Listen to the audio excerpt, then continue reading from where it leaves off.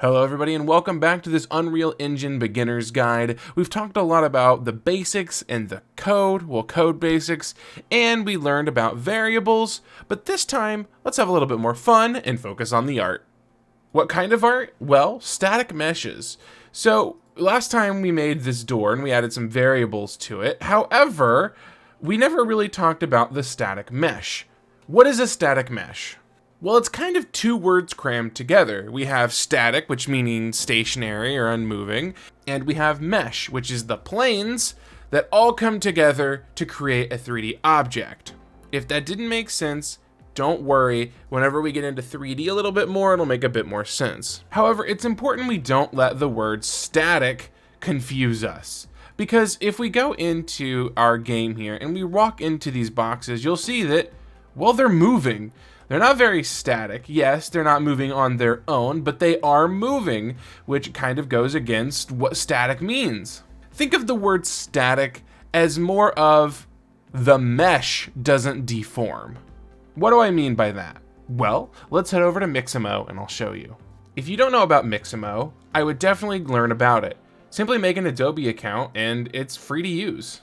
So if you take a look here, you'll see that I've got this model loaded up. This is not a static mesh. The reason this is not a static mesh is because let's apply an animation to it really quick.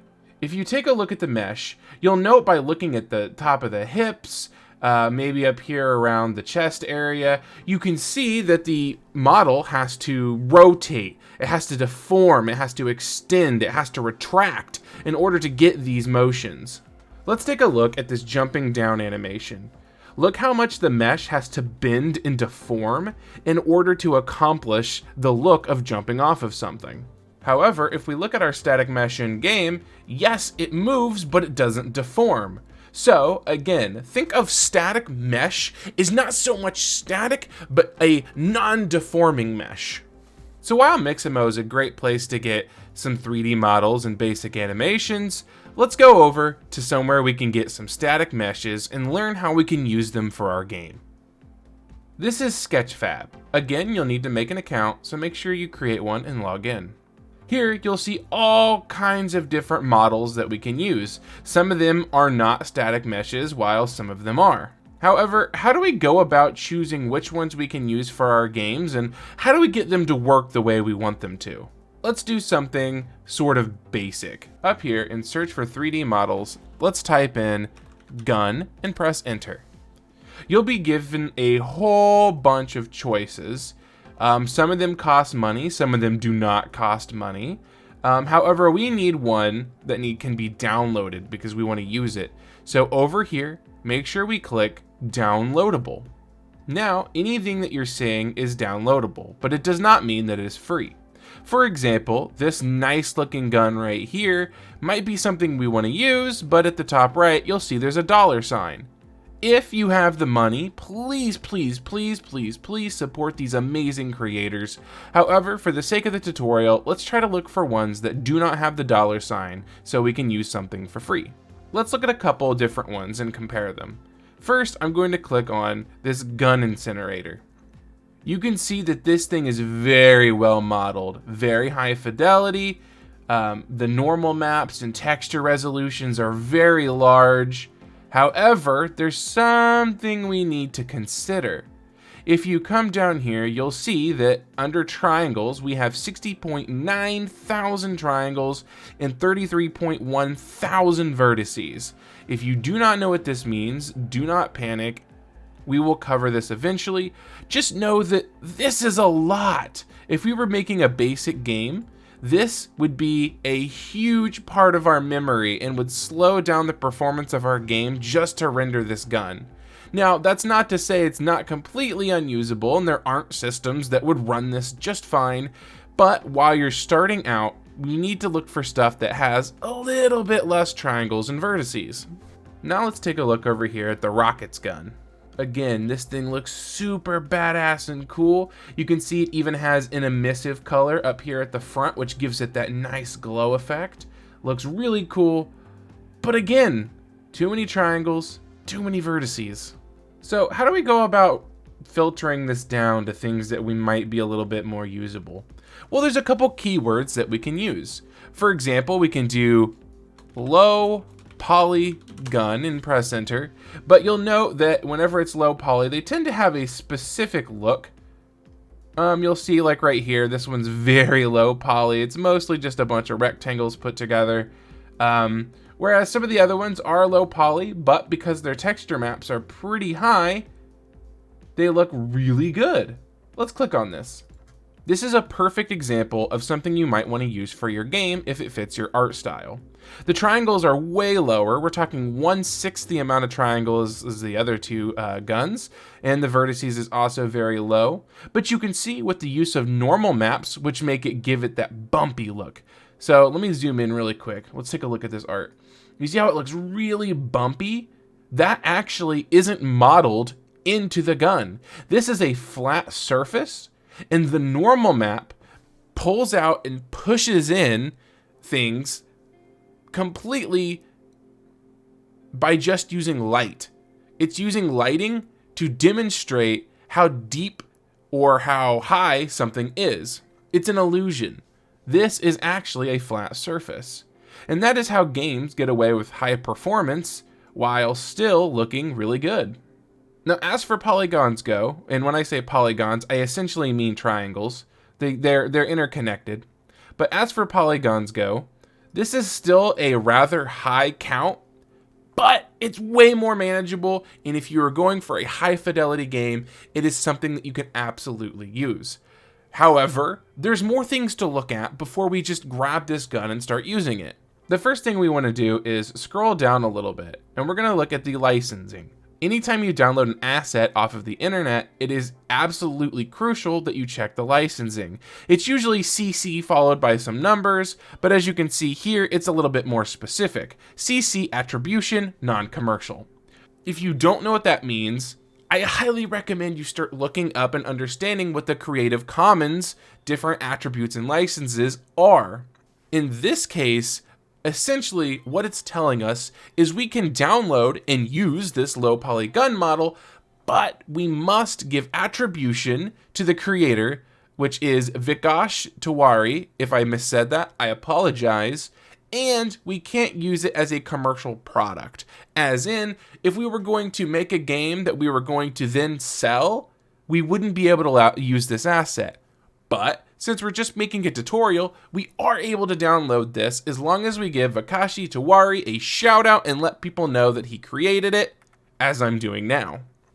If you were going to use this in a free game, make sure his name is in the credits.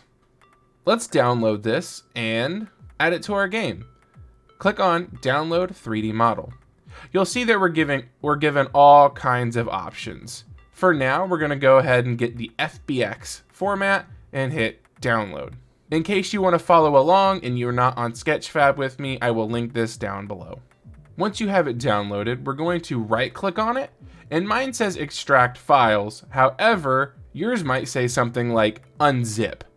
Mine says extract because I'm using WinRAR.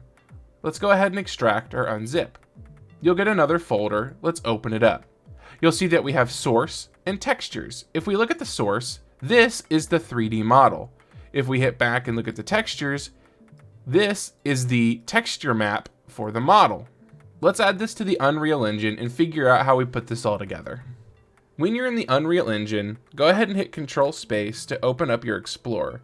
I'm going to back all the way out to the content folder, and I'm going to create another subfolder. I'm going to call this Imported.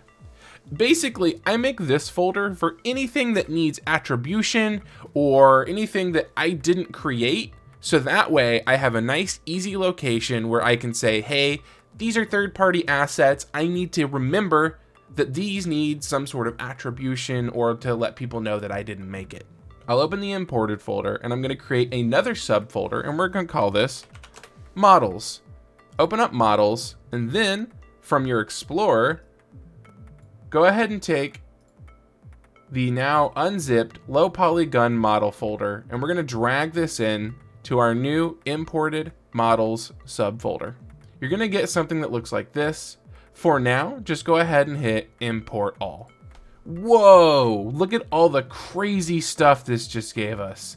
How are we supposed to use all of this? Well, don't worry, it's not nearly as complicated as it looks. So when you import stuff, it kind of gives you an extra window that shows just the stuff that got imported. So for right now, we can actually just close this window, and we can even close the message log. We'll hit Control Space, and let's open our low polygon model. You'll see now that we have our textures, and we still have our source that has all this stuff in it. You'll see that we have two materials. We have Enforcer and we have Glass 1. This is the default material that most 3D programs are going to give a 3D model. So for example, if this was made in Blender, these were two Blender files and Unreal Engine is just reading them as the default white texture. For now, we'll leave all of this be. Let's head over to Textures and we'll start there. Within the Textures folder, I'm going to right click and I'm going to go up to Materials. I'm then going to click on Material to create a new material. I'm going to call this Enforcer _ matte for material. Let's go ahead and open this up. This looks a lot like a blueprint, but with some slight changes. That's because it's specifically for materials. Materials are the things that we're going to add to our static mesh. Now, luckily, whenever you're new to this, a lot of this can be gotten away with just plug and play. What do I mean by that? Well, if we open up Control Space, we'll see that we have Enforcer, low body, base color. Well, if we pull this up into our event graph, we'll get a new node, and it said this is the base color. Well, take a look at that. There's base color here. So if we just take the RGB and plug it into the base color, notice our material on the left-hand side. You'll see here that it's starting to look like the gun. Now, obviously, you're seeing some weird fragmentations and things like that. These are areas where the model is bending or you might not see. So don't worry too much about that right now. Now, let's just go ahead and continue to do this. Let's go ahead and add the next file, which is the emissive. Believe it or not, we have an emissive. So RBG into the emissive. So let me kind of explain what each one of these is doing as I do it. The base color is pretty simple. It's coloring the material, whereas the emissive is going to add the areas that are glowing. So now if we take a look at one of the areas that's glowing, like right here, for example, watch what happens when I unplug the emissive. The color's still there, but it's no longer glowing. And if we plug it back in, it begins glowing again. Now we'll add the metallic. The metallic basically tells the engine how light is hitting the metal on this in particular material. It'll basically tell the engine what needs to be reflected and what doesn't. Watch what happens when I plug in the metallic. You see how it looks a little bit more metal? You can see how right in these areas the metal is shining through the green paint. Let me unplug it. Pay attention to the gray versus the green here. See how it became a lot more dull? It all seems like it's the same material. But when we plug the metallic in, the metal really shines through the paint. Now we'll add the normal map. Normal maps are my absolute favorite part of materials. As I was explaining earlier, it's going to add all of the detail to the gun while preserving, hold on, I'm gonna resort these so it's nice and organized, while preserving the low poly count. All we're doing is adding this image to our material structure and watch what happens. RBG into the normal, and all of a sudden, this sphere looks like it's way more detailed. All it's doing is faking our eyes into thinking things are 3D by adjusting how the light is hitting the material. This is a nice bumpy area. Let me unplug the normal and plug it back in. Flat. Detailed. Again, this is all to do with lighting and has absolutely no hit on performance. And last but not least, the roughness. Now, the difference between the roughness and, hold on, let me reorganize again here. Always keep things organized, guys. Going back to your work and redoing things, when it's organized is so much easier. Anyway, the difference between the metallic and the roughness is strange. They both play a very key role in making the object look correctly in light. For example, the metal obviously is going to reflect a bit more light than the paint, but the roughness is going to amplify that even further. Let's take the roughness and plug it in. Look at how the light is now reflecting off of different aspects of this material. I'll now unplug the roughness and plug it back in. Very, very dull.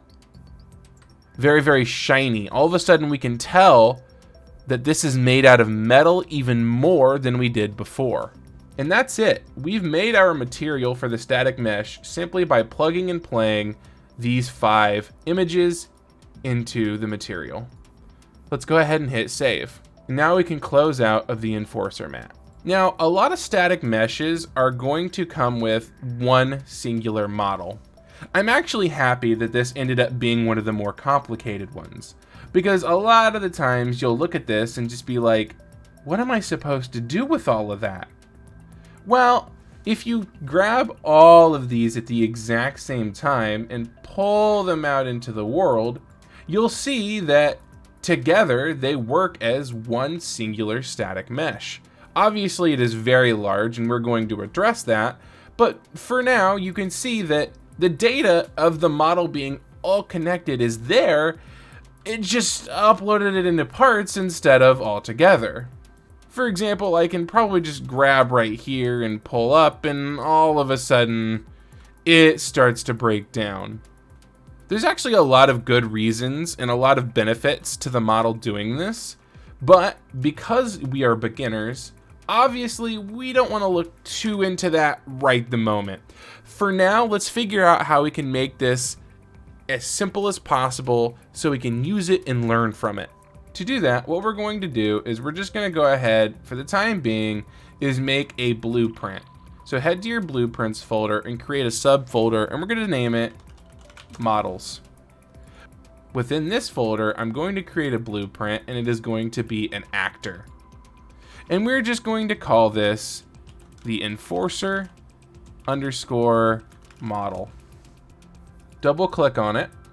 Once it's open, we could go through and we could add one static mesh at a time, and it would take forever, but luckily we can also hit Control Space, and just like before, we're going to grab all of these, which if you don't know how I'm doing that, by the way, I'm clicking on the point where I want it to start grabbing, holding Shift and clicking on the point where I want it to stop grabbing, and it'll grab everything in between, and we're just going to drag it on up here into the components hierarchy, and look at that. There is our gun. Haha. If we go ahead and hit save and compile, you'll see that now all we have to do is drag that model, or I'm sorry, where is it? Drag that blueprint out into the world, and now it kind of acts as a single model, and we don't have to worry about every individual piece. Again, I want to emphasize there is reason that models come in several pieces, but we are simplifying it. Let's go ahead and delete this, and let's add the material, hit Control Space, and we're gonna go over to our imported folder, models, low polygon, textures, and we're gonna click on our material. Do not open it, simply click it so it's selected. Click on our first component, and on the right-hand side, under Materials Element 0, simply click this arrow that is circled. You'll see that if you hover it, it says Use Selected Asset from the Content Browser. Well, because we have the Enforcer mat selected, that simplifies the process. Let's go through and do that for every single piece.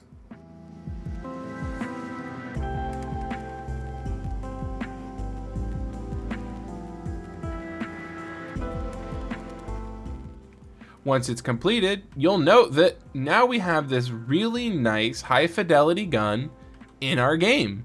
Let's hit save and compile. Let's go back to our first person map, and let's go over to our blueprint that we just created and pull it into the world. Look at that. we just added our first static mesh to our game. Let's hit play and take a look at it. Wow, that thing looks dope. So we have a couple of things we need to address. Let's go ahead and make it a little bit smaller. Let's open up our blueprint. Now, this is where you have to be extremely careful, okay? I'm going to teach you something that in theory, you need to break the habit of as early as possible by changing the import settings, okay? But for the sake of this tutorial, try not to get into the habit of doing this too much. We're just gonna scale it down. I wouldn't do this if you weren't beginners, but because you're beginners, let's not overload you with information. On the scale, let's just go over here and make sure this is turned on. Because right now, if I have this turned off and I put this at like 0.5, you'll note that it's scaled in one direction. See how it's very thin, but everything else stayed the same? Let's move that back to 1, and if we turn this on and I put this at 0.5, everything will scale down 0.5. However, that's still very, very large. Let's put it at 0.1, we'll hit save and compile, and let's go take a look at our gun now. As you can see, it's still rather large if this was a sidearm. Considering this is an assault rifle, the sidearm is still rather large, but way better. Starting to look way better for us, more usable. And for now, I think that's good. You now have a basic on static meshes, their materials, how the materials are made up, and the difference between a static mesh and an animated mesh. Or a mesh that just doesn't have a deformer is another way to say it, but it's kind of long to say it that way. Please like, comment, and subscribe. Let me know if you have any questions, and I'll see you in the next video.